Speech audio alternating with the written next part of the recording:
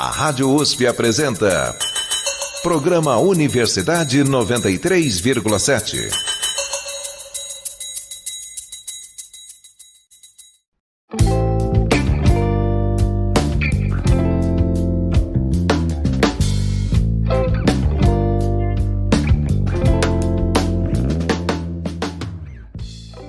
Olá, tudo bem?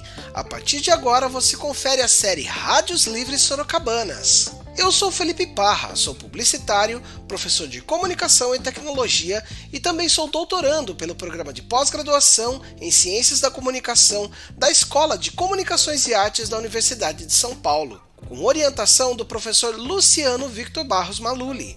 Em minha pesquisa de doutorado, eu estudo as rádios livres de minha cidade, Sorocaba. Sei que é um tema que muita gente não conhece, então eu vou fazer uma breve explicação. As rádios livres são emissoras ilegais que oferecem espaço para o cidadão comum falar no rádio, sem sofrer nenhuma censura. Dessa forma, qualquer pessoa era bem-vinda nessas emissoras para dizer o que quisessem. Essa particularidade faz com que esses meios de comunicação sejam uma forma democrática de se fazer rádio.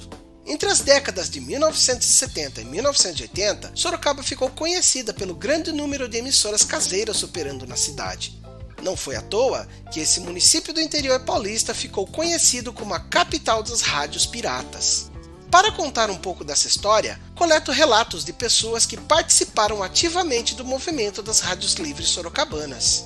Isso nos ajuda a conhecer um pouco mais sobre a história dessas mídias que contribuíram para o desenvolvimento da comunicação radiofônica no Brasil. Neste episódio, conheceremos a história de duas pessoas que participaram ativamente do movimento das rádios livres sorocabanas. Primeiramente, vamos conferir o depoimento de Charles Rafael sobre as rádios livres de Votorantim. Em especial, falaremos das rádios Express FM e Superstar FM. Na segunda parte do programa, ouviremos Silvana Lima e sua passagem como locutora em várias rádios livres sorocabanas. Entre elas, as rádios Cidade FM e Regional FM. Morador de Votorantim, Charles Rafael se interessou pelas rádios livres em meados dos anos 90. Durante a adolescência, o técnico em manutenção de CNC pegou gosto pelo rádio ao conhecer o dono da emissora clandestina Superstar FM. Esse amor pela mídia fez com que ele montasse sua própria rádio, a Express FM. Ouça o depoimento. Eu acho que nessa caminhada aí uns 10 para mais anos. Comecei assim, né? Eu fazia os bailinhos da escola. Aí um dia o cara chegou e falou pra mim, viu, tem um amigo aí, vai fazer aniversário, ele tá a fim de contratar, eu tinha equipamento de som. Era um receiver grande, 2 toca-disco e o mixer lá fazia, né, os bailinhos ali. Eu não podia entrar no clube, não tinha acesso para ir nos lugares, então a forma que a gente achou de fazer um bailinho para ter os acessos com as mocinhas. Fazia as festinhas, uma vez na casa de um, uma vez na chacrinha do outro, não sei o que, assim. Aí um dia os caras chamaram para fazer esse aniversário de um rapaz que chamava Aguinaldo, ali no Rio Acima, atrás da escola mesmo ali. Eu conheci o cara que tava lá, né, convidado também, curtia som e tal, moro mais pra cima ali. O cara trabalhava, inclusive eu era o dono da Rádio Superstar, o camarada meu, e aí a gente fez amizade. Eu tinha mais um pouquinho de experiência na eletrônica na época, começou a desenvolver o negócio, daí montamos a Rádio Superstar. Daí começamos a fazer amizade com o pessoal do meio, aí o pessoal do Votorantim, tinha o Doble FM, Paulistana, tinha o Rádio Fumaça, tinha uma galera, mas muita gente mesmo na época. Aí começou a fazer esses lances assim, tipo, o pessoal fazia programação, tinha legal, assim, tinha o pessoal que ia na minha casa, ou ia na casa desse cara, e assim, daí, pra gente melhorar a abrangência, assim, fazia um programa e um conectava, retransmitindo o outro, fazia um encontro na casa de uma pessoa lá, tomava uma breja, fazia um churras, e aí os caras tocar, ia fazer programa, assim. Isso daí foi um negócio que eu achei que foi mais legal. Dessas daí saiu hoje, que pessoas que trabalham na comunicação, saiu assim, a galera que acabou sendo profissional da área mesmo. Nessa parte, Charles conta como ele conseguiu montar o primeiro transmissor. Foi a partir de um equipamento que a gente comprou de um cara, e aí a gente pegava o esquema, desenhava no papel, fazia a plaquinha, montava o negócio. Por incrível que pareça, era barato, entendeu? Não é até hoje. Eu vou falar pra você, com R$5 você monta um transmissor de FM pra você atender um bairro. Antigamente o negócio era restrito, quem tinha os melhores, porque deixava você nem olhar. Aqui, o entrevistado revela a localização e a estrutura de algumas rádios livres em Votorantim dos anos 90. Era lá em cima, no rio acima. Aí o dobro era aqui na Vila Archila, perto do Mercado Correio, aqui no Archila. Paulistano era na Votocel, perto do Posto Mundial. Os caras que eu conhecia assim mais de perto. Tinha os caras que era forte, tinha os caras que era intermediário e tinha os caras que era, era coisa assim, local, pequenininho assim, que eram os transmissores feitos com BD 135 e tal, que pegava assim 3, 4 quarteirão. Pra você ver como o negócio ele chegou contaminando. Charles conta como começou a montar transmissores para vender. Tô em casa lá, minha irmã, tem um cara aí chamando você aí. Peguei, não conhecia ele. Daí ele falou, não, você que é da rádio? Eu falei, sou. Falei, como é que é? Tem um amigo aí, eu falei que conhecia você mais ou menos, trouxe ele aí na tua casa, tem problema aí e tal. Ele tá aqui. Eu falei, puta, eu tinha uma placa quase terminada, né? Daí eu falei, o cara quer comprar. Eu falei, tantos reais aí, então. Pô, termina aí, vem buscar tal dia. Então, de certa forma, virou até uma coisa meio que comercial. Nesta parte da conversa, o entrevistado fala um pouco mais da época em que se expressava livremente pela Express FM e revela a função da sua rádio para a sociedade de Votorantim. Aqui no Dominguinho. Então o problema meu é que eu tava o quê? Eu tava num vale aqui, né? 200 metros acima do rio. Como eu estudava, trabalhava, né? Então eu só entrava assim na hora do Brasil, um pouco assim, né? Era a voz do Brasil, era o horário nosso, né? Porque sabe que é um negócio que é chato pra caramba, não. Eu tinha um Philips antigo, um receiver da Philips, e ele era muito bom. Eu tinha um transmissor do PX, a faixa cidadão. Então eu tinha uma antena boa. Aí eu conectava a antena do PX, pegava a Jovem Pan, pegava 89. Às vezes eu retransmitia os programas. Aí o pessoal daqui que não tinha acesso, né, por exemplo. Charles diz quais eram os estilos de música tocados na Express FM. Tocava rock normal, assim, o metal não colocava muito, até porque também eu não estava muito ligado. Tocava disco music dos 70, até hoje eu acho que o sistema de rádio oficial, ela é manipulada pelo que o mercado consome. Então a gente tocava o que a gente gostava, então eu tinha 14 para 15 anos na época. Daí a gente começou com a Superstar, depois que eu vim montar a minha rádio. Quando a minha apareceu, acho que foi em 92. E daí foi aquela reportagem lá que eu participei. Lá. A reportagem citada foi veiculada no jornal O Cruzeiro do Sul, de 16 de agosto de 1992. A matéria intitulada Piratas do Dial Tentam um Acordo ganhou destaque na capa do periódico. A conversa continua, com Charles falando sobre o pessoal da Rádio Comando Geral. Tinha um pessoal divertido também que chamava Comando Geral. Esses caras eram baratos, esses caras. Tipo, o pessoal gostava do rap. Na época era forte também o movimento do rap, né? Os caras eram gente fina demais, assim. Se reunia, fazia os churrascos na casa dele lá. Ele chamava-se Tarde dos DJs. Então aí o cara um tocava rock, o outro tocava não sei o quê. E daí fazia essa conexão, as pontes entre as rádios amigas ali, com irmãs, assim. Aí o bagulho fervia. Ele conta onde se encontravam os donos das rádios livres. Tinha a lanchonete ali, o Sarchichon, perto da Praça Canhão, ali da rua Santa Clara, eu acho. E aí ficou como um ponto ali, assim, uma vez por mês, a pessoa se reunia ali, trocava uma ideia. Charles revela que também existia disputas dentro do movimento das rádios livres do interior paulista. Tinha os caras meio difícil de lidar, assim. Às vezes o cara não queria que tinha uma frequência e o cara queria boicotar determinada rádio, então ele ligava a rádio dele e mudava a frequência em cima do cara, deixava a rádio ligada e não fazia nada. Às vezes chegava a ser extremo do ridículo, assim, entre sabe, umas brigas, umas picuinhas por causa de estilo musical, por causa de coisas. Ele revela também como alguns donos de rádios livres usam o aparelho. Tinha os outros caras também que ficavam conversando com a rádio ligada como se fosse PX, trocando receita. Minha mulher tá fazendo bolo aqui, cara. Vai farinha, vai ovo. Tinha uns papos desses.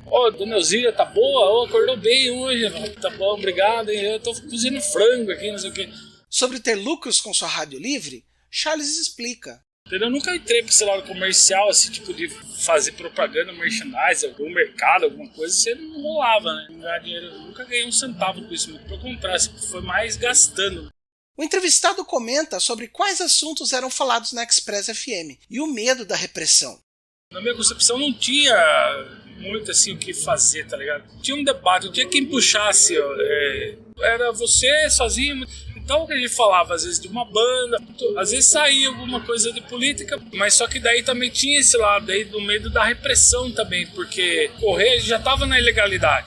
Ele também conta que recebeu ameaças de denúncias por parte de seus vizinhos. Eu sofri ameaça, assim, sabe? Às vezes acontecia de gerar harmônicos, né? De decorrer essa transmissão ali e dar interferência na televisão de alguns vizinhos lá, e é um negócio desagradável. A pessoa ia lá e reclamava mesmo. Aí tinha que se virar, fazer alguma coisa para poder resolver. Só que tinha pessoas que entendiam numa boa, né? Falavam, puta, não é toda hora. E já tinha pessoas que falavam, não, eu vou denunciar você. E aí, sabe lá, né? Na época eu morava com minha família, morava com meus pais, então não tinha o que fazer, né? Charles revela que alguns donos de rádios livres anunciavam nas suas próprias emissoras clandestinas. O pessoal que trabalhava com eletrônica, com eventos, com sonorização, com iluminação na época, né, que tinha o pessoal que fazia. Tinha rádio também, então divulgava o próprio trabalho simulando que fosse um colaborador. Ao falar sobre as rádios livres da cidade de Votorantim, Charles Rafael fala sobre a influência das rádios livres sorocabanas no movimento votorantinense. Sorocaba teve um número muito maior de rádio, mas como o Votorantim de Sorocaba, para mim é quase a mesma coisa. Teve rádio boa aqui também, de expressão também, Votorantim teve rádio boa. Assim, é mais pelas pessoas que gostavam de fazer e de participar do movimento, assim, que nem eu, esse camarada meu do Superstar, o Dolby, que era um puta forte pra caramba. A gente conseguiu acesso a esse tipo de coisa com o pessoal de Sorocaba. Nesta parte curiosa da conversa, o entrevistado conta sobre a rádio do Sr. Diamantino, que transmitia a cultura produzida na cidade de Votorantim. Tinha um senhor aqui que tocava sertanejo, Diamantino, aí ele fazia também as gravações das coisas do cururu, da cultura aqui da cidade. Charles também explica sobre a abrangência das rádios de Sorocaba e região e como funcionava as frequências no espaço eletromagnético. Você dividia a frequência, porque você não chegava em determinada região de Sorocaba ou de outra cidade, você sabia que tinha um cara que transmitia na mesma frequência, mas não tinha problema nenhum, porque você não tinha como. Aí também tinha um detalhe, se começasse a aumentar a potência, não durava muito tempo, porque daí começa a incomodar. O entrevistado revela o que o motivou a montar sua própria rádio livre.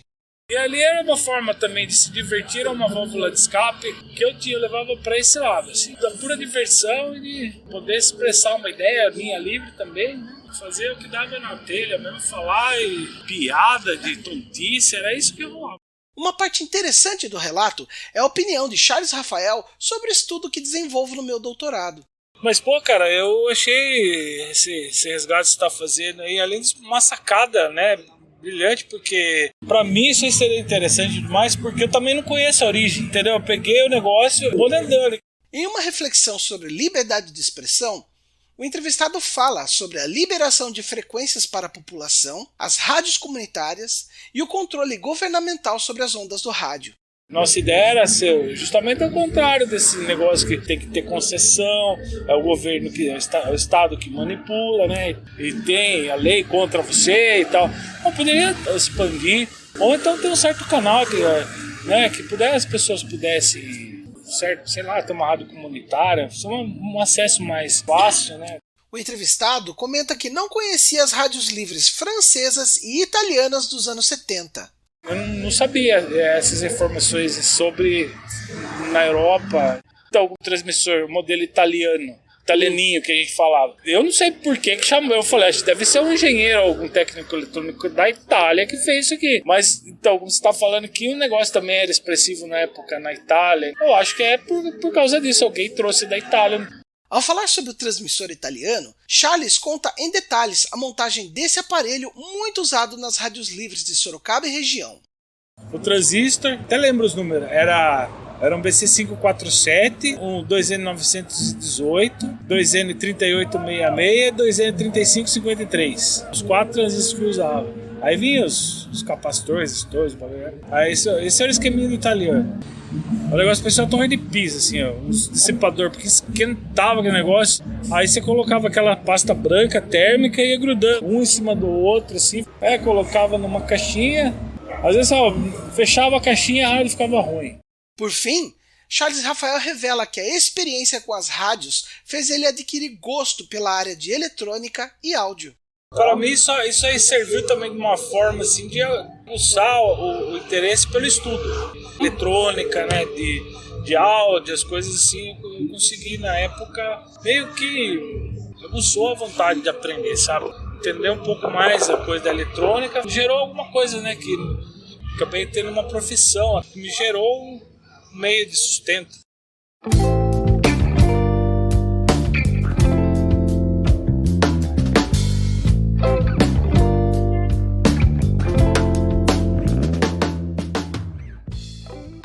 E essa foi a trajetória de Charles Rafael e das rádios livres Express FM e Superstar FM.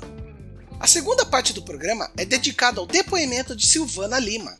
Em um ambiente predominantemente formado por homens, Silvana iniciou suas atividades nas rádios livres sorocabanas aos 16 anos de idade. Ao longo da década de 90, a radialista atuou em várias emissoras legais e ilegais da região de Sorocaba. Entre elas estão as rádios livres Cidade FM e Regional FM. Ouça os detalhes na voz da entrevistada. Eu comecei aos 16 anos, aqui em Sorocaba mesmo. Fora não fiz nenhuma. A gente fez uma festa de 50 anos da rádio, já estava contratada, mas acabou não rolando. Isso era uma rádio em Porto Feliz, uma FM lá. Mas aí foi só aqui em Sorocaba mesmo. Essa daí bateu na trave. Não? Eu gravo muito pra fora. Tem até rádio, tipo, sabe essas rádios interna? Então, tem bastante rádio com a minha voz, em Boituva, tipo supermercado, padaria, sabe? Não tô no ar agora em rádio nenhuma, mas a porta da emissora tá aberta, é só eu decidir um horário e voltar. Eu vou fazer uns trabalhos de gravações, né? Spot, comercial para carro de som, eu gravo muito para carro de som. Silvana explica um pouco da facilidade em ter uma rádio livre em Sorocaba e onde essas emissoras funcionavam. Naquela época, a pessoa que era um pouquinho, que gostava muito de comunicação, que gostava de mexer com equipamento, qualquer pessoa podia montar uma rádio. Eles compravam um transmissor, que pegava ali 2 quarteirões, 3, 4, e iam montando, via que dava certo e ia brincando. Alguns falavam, alguns não, só colocavam música. Só que eles pegavam frequência de outra rádio, né, jogavam por cima, não sei como é que funciona, e às vezes interferia também, porque a gente escutava. Rádio de helicóptero, a gente escutava, sabe? E não era, sempre era na casa de alguém. Geralmente era rádio, ou era um lugar alugado, ou que nem na casa do Marcelo, a gente já chegou a falar com ele, mas a rádio era na casa dele. Era um estúdio todo preparado, todo com acústica. Era pequeno, mas a rádio era ali. E nunca tive em casa. A entrevistada conta quais eram suas funções dentro das rádios que participou. Eu fazia locução em todas. E operava o áudio também, porque no FM a gente já operava o áudio, né? Quem tinha operador de áudio era o AM. A gente trabalhava sozinho mesmo. Ao falar sobre o tema, Silvana se lembra de sua participação em uma rádio de Boituva, cidade próxima de Sorocaba. Eu já fiz os horários sim numa rádio de Boituva. Era de domingo lá. Aí depois eu mandava os programas gravados, porque começou a ficar difícil pra ir. Quem editava pra mim era o Renato Rocha, que é da Band. Nesse trecho, a radialista fala das suas experiências iniciais com as rádios livres sorocabanas. A primeira rádio mesmo, que foi meu cunhado que montou, essa tá muito hoje, fiquei pouco tempo, eu não lembro não. Mas aí depois foi a Rádio Cidade. Durante a conversa, ela conta sua participação em outras rádios livres do município. Teve a Rádio Regional. E aí teve a Alternativa, que foi uma que eu cheguei lá, muito novinha. Teve uma rádio que era lá no Éden. Essa eu não consigo lembrar o nome.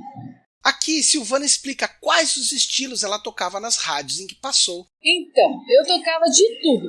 Então tinha um horário que eu tocava sertanejo e depois eu tocava só pop. Tocava muito Raimundos, muito Skank, tocava Engenheiros. Eu tocava mais som nacional, mas tocava internacional também. A entrevistada fala das habilidades necessárias para operar aparelhos de áudio na época do vinil. Então, quando era vinil, sim. Quando era vinil, a gente tinha uma mesa lá de 12 canais, tinha também o sampler, as picapes. Então, pra gente fazer virar, né, colar uma música na outra, aí a gente fazia. Até o esquema dos comerciais era falar. Silvana fala um pouco mais sobre a venda de anúncios na Rádio Livre Cidade FM. Algumas assim, na Rádio Cidade a gente saía vender apoio cultural ali na região da Avenida Itabovu. Então a gente tinha que falar apoio cultural. Ela também conta que algumas emissoras livres se autodenominavam comunitárias. Era uma forma de trazer certa autenticidade para as rádios clandestinas de Sorocaba. Ouça em detalhes na voz de Silvana Lima. Comunitária a gente falava, mas na verdade era uma pirata mesmo. Muita gente não gosta de falar que começou em rádio pirata. Eu sinto o maior orgulho de ter começado em rádio pirata. Com 16, 17 anos eu passava por emoções que eu não passo hoje. Aqui, a entrevistada explica como era a estrutura da Rádio Regional FM. Então, tinha a rádio no Central Park. Essa rádio estava toda preparada. Era a rádio mais preparada que eu já tinha trabalhado. E tinha um valor fixo de salário, as outras não tinham. Se vendesse apoio, você ganhava, senão não. Tinha carteirinha da rádio, era certinho, ganhava até cesta básica. Funcionário remunerado da Rádio Regional. Foi bem na época que a polícia começou a investir pesado mesmo. Os ouvintes eram fiéis, porque o FM de antigamente era melhor do que agora. Né? O FM a gente falava mais, a gente interagia mais, a gente falava no ar com o público, né? E o pessoal gostava muito da gente, eles levavam chocolate, bolo, levavam de tudo, até galinha eles levavam. Ganhava semi-joia, ganhava bijuteria, ganhava tudo. Ao falar sobre a interrupção na transmissão das rádios livres, Silvana conta. Elas saíam do ar. Saíam do ar porque não tinha o programa que a gente tem hoje. Mas hoje em dia é playlist, mas a rádio saía do ar. Tipo, se o último programa fosse às 11, ela saía do ar. Ela também conta um pouco mais sobre o horário de funcionamento dessas iniciativas. Geralmente começava às 6, 7 da manhã e até 10, 11 da noite. Tinha vários locutores, né? Depende, aí tinha alguns malucos que ficavam mais chapadinhos, já entrava no ar também pra lá. Em uma reflexão sobre o rádio, a radialista fala sobre a diversão que a mídia proporcionava. Porque assim, a gente ama o rádio, a gente ama a música. Eu sou mulher e eu não tenho essa destreza de lidar com equipamento eletrônico e tal. Mas tem muitos homens que gostam, têm mais predisposição para isso, né? E esses meninos que gostavam de fazer isso, eles tinham inteligência para fazer isso. Então, eles compravam um transmissor, montavam tudo, e gostava da música, gostava de brincar de DJ. E era uma diversão naquela época, porque tinha condições de se fazer isso. Não era como é hoje, tudo não pode. Hoje tudo é proibido, né? Isso era uma brincadeira pra gente. O que hoje tem jogo no celular, tem videogame, tem um tantão de coisa hoje em dia. Tem lan house. Naquela época a gente não tinha internet. Então a nossa brincadeira era isso. Aqui, a entrevistada conta um pouco mais sobre como seu amor pelo rádio fez ela conhecer as rádios livres sorocabanas. Pra mim era uma delícia, porque eu amava antes, desde criança eu já ouvia rádio e eu interagia muito com os locutores. Eu ganhei muito prêmio, eu interagia muito e eu gostava de falar. Eu falava bem. E muitas vezes eles ligavam pra mim, pra participar no ar. Porque às vezes não tinha um ouvinte ali que pudesse interagir legal.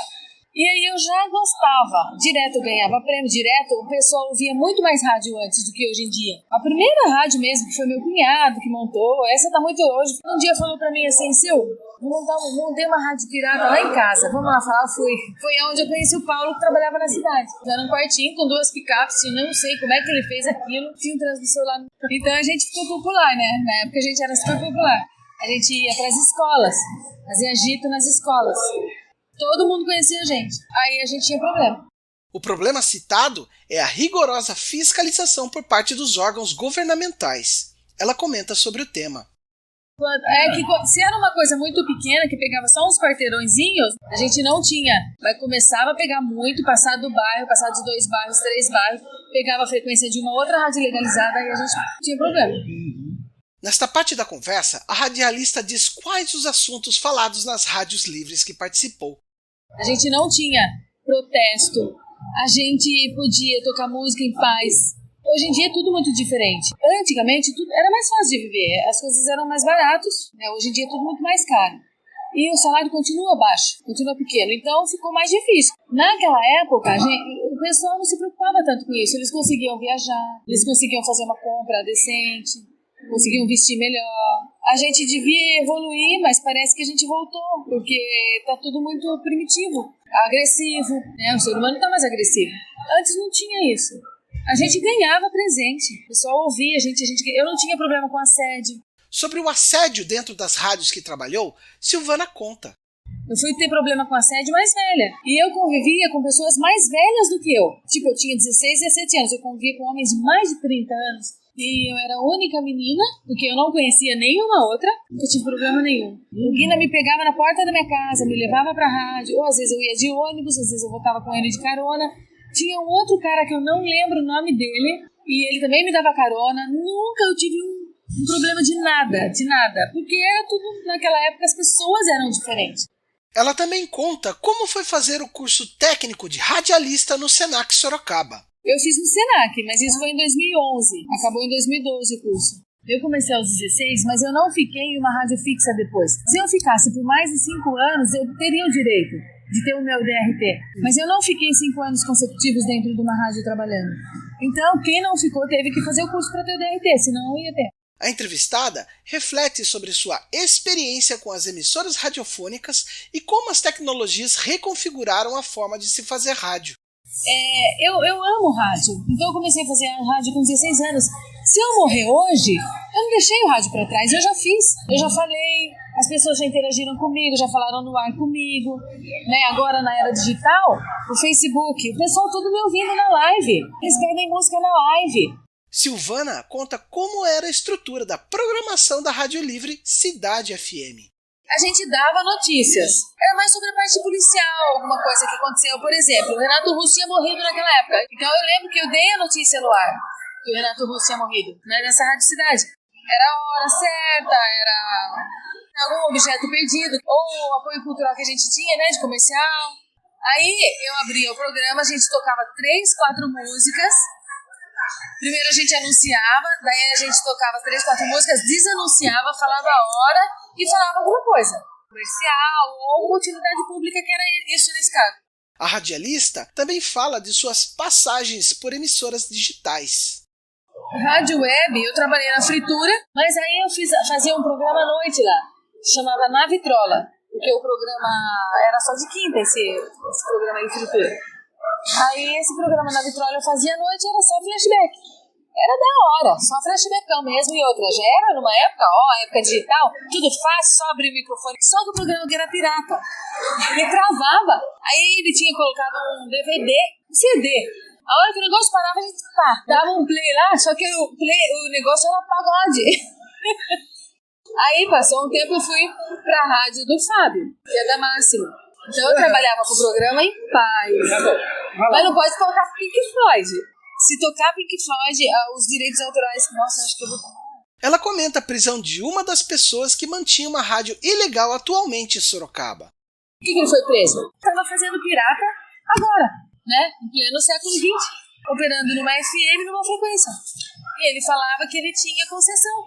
Silvana explica porque não falou de política durante sua passagem pelas rádios livres sorocabanas. Então, eu nunca falei de política. Eu não falo de política até agora. Política pra mim é cansativo, é chato. É uma coisa que não depende de mim. Então é cansativo, é chato, eu faço a minha parte, mas não adianta ficar gastando saliva com política. Por fim, a radialista reflete sobre o que o rádio representa para ela. Rádio é alegria. Se eu puder ficar a vida inteira só fazendo rádio, eu fico.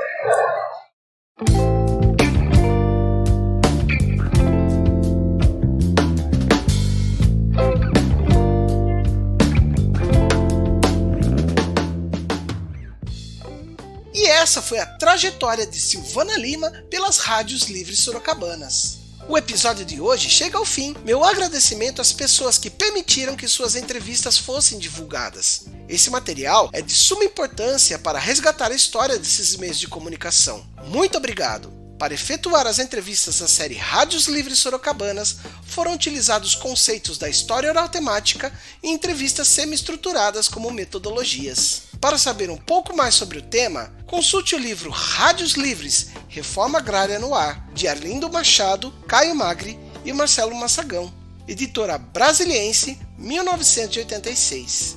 A série Rádios Livres Sorocabanas teve locução, redação e edição de Felipe Parra, doutorando pelo programa de pós-graduação em Ciências da Comunicação da Escola de Comunicações e Artes da Universidade de São Paulo, com orientação do professor Luciano Victor Barros Maluli. Trilha sonora utilizada, Forget the Whale, 10 Days. Confira esse e outros episódios da série Rádios Livres Sorocabanas no Spotify e no site www.usp.br/radiojornalismo. Muito obrigado, um forte abraço e até a próxima! A Rádio USP apresentou Programa Universidade 93,7.